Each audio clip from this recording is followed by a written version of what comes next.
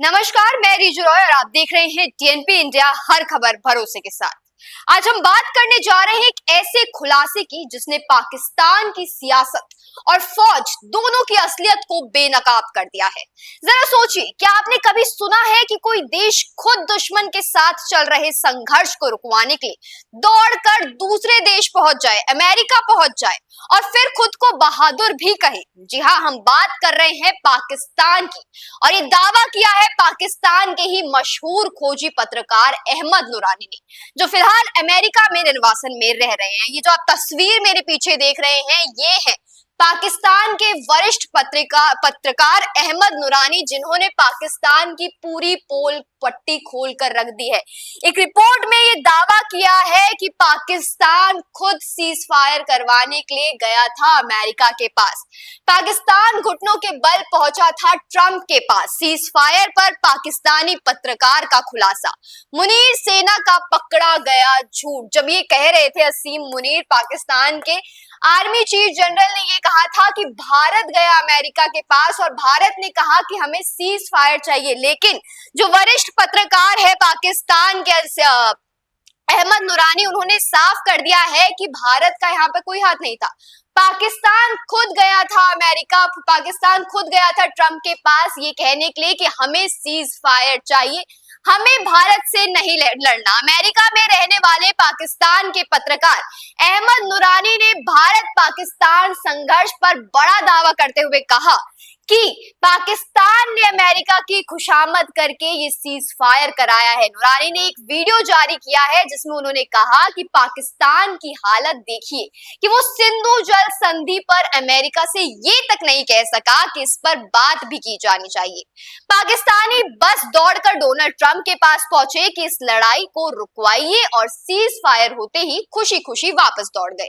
अहमद नुरानी ने यहां तक कहा है कि घटनाक्रम पाकिस्तान की कमजोरी को दिखाता है। इस पर अगर कोई बात करता है तो पाकिस्तान को नाराज नहीं होना चाहिए, बल्कि अपनी कमजोरी को स्वीकार कर लेना चाहिए। पाकिस्तान के अमेरिका से सीज फायर की खुशामद पर खुलासे के साथ ही नुरानी ने यह भी कहा कि सिंधु संधि पर पाकिस्तान का पक्ष कमजोर दिख रहा है।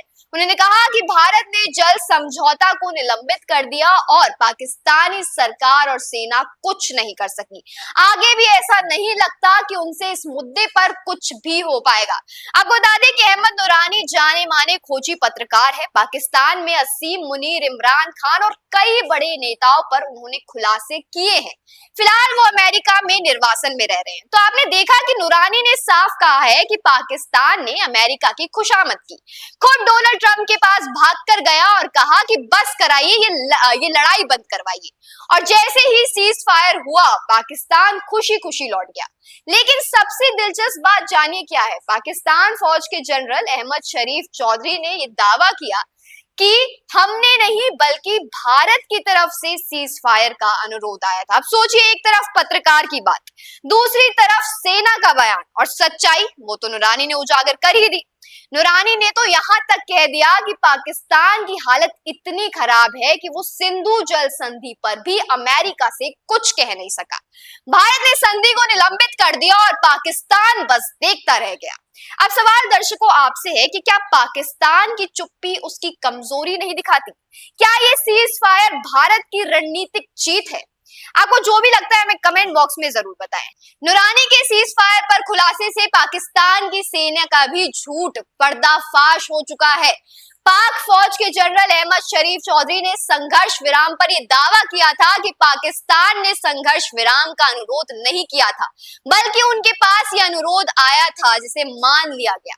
लेकिन अब नुरानी ने साफ किया है कि अमेरिका के पास सीज फायर के लिए पाकिस्तान पहुंचा था, ना कि भारत। बता दें कि भारत और पाकिस्तान के बीच 4 दिन की गोलाबारी और हवाई हमलों के बाद 10 मई को सीज फायर हुआ। दोनों के बीच तनातनी 6 मई की रात को चरम पर पहुंच गई, जब भारतीय सेना ने पाकिस्तान स्थित आतंकी ढांचों को निशाना बनाते हुए मिसाइल दागे थी। इस दौरान 9 आतंकी ठिकानों को भारत ने निशाना बनाया था। भारत के हमले के बाद पाकिस्तान ने भी जवाबी हमले की कोशिश की। पाकिस्तान ने बॉर्डर पर भारी गोलाबारी करते हुए आम लोगों को निशाना बनाया। बनाया और घरों को तोड़ दिया। वहीं ड्रोन हमले करते हुए भी भारत को नुकसान पहुंचाने की कोशिश की गई। पाक सेना ने फतेह मिसाइल से भी भारत पर हमला किया, जिसे नाकाम कर दिया गया। और अब जब सारे पर्दे उठ चुके हैं, सवाल उठता है कि क्या पाकिस्तान को अपनी कमजोरियों को छुपाने की जगह उन्हें स्वीकार नहीं कर लेना चाहिए? आपको क्या लगता है, हमें कमेंट बॉक्स में जरूर बताएं और देखते रहिए डीएनपी इंडिया, हर खबर भरोसे के साथ।